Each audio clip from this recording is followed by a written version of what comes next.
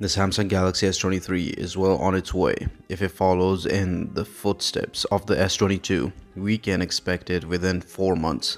And you know how it is, a hot device gets info leaked about it left and right, with details about the camera, hardware, and design becoming more and more clear in the months prior to the release.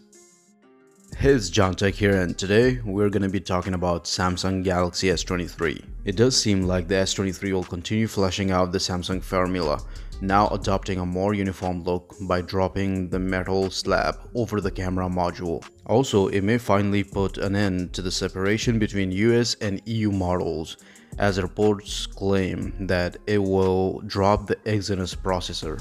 For those unaware, Galaxy flagships in the US and South Korea typically get a Snapdragon processor. International markets get a Samsung-made Exynos one. The current standard is to get a thin box with just a phone and data cable inside, some thin booklets, and a SIM ejector tool too, of course. We expect to see the same with the Galaxy S23 in February. No earphones, no charger. The family will include 3 devices: Galaxy S23, Galaxy S23 Plus, and the Galaxy S23 Ultra, with the last one being the absolute beast, as is customary. Typically, the Non-Plus is the smallest member of the series, with a compact shape and a lowest cost. You could argue that the Galaxy S23 is the true flagship, as it is expected to be the most mainstream-friendly phone. We do expect a fresh new redesign. The Galaxy S23 series will look a lot more uniform. Instead of the base Galaxy S23 and the S23 Plus having one shape, with the Ultra an entirely different one. Only has 3 protruding metal rings for their lenses. That's a nice, clean, elegant look for sure. As for the Galaxy S23 colors, we hear it will launch in black, green, pink, and beige. But it's also very possible that there will be a couple of exclusive colors at Samsung's store. That's been true over the past couple of years.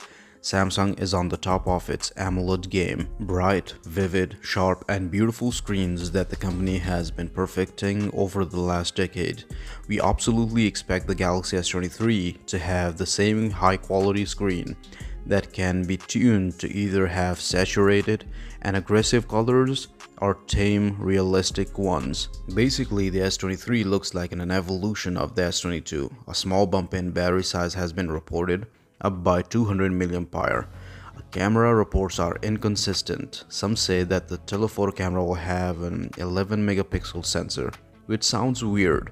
Another retreat of the 50, 12, 10 megapixel combo sounds plausible. The Snapdragon 8 Gen 2 will probably be on all Galaxy S23 models. Recent leaks say there will be no Exynos version, which is good. We're not going to get into a Snapdragon versus Exynos debate here, but the two processors do offer slightly different performance and, more importantly, different camera post-processing. So having the same model available to everyone will avoid a ton of confusion, which we have gotten used to living with.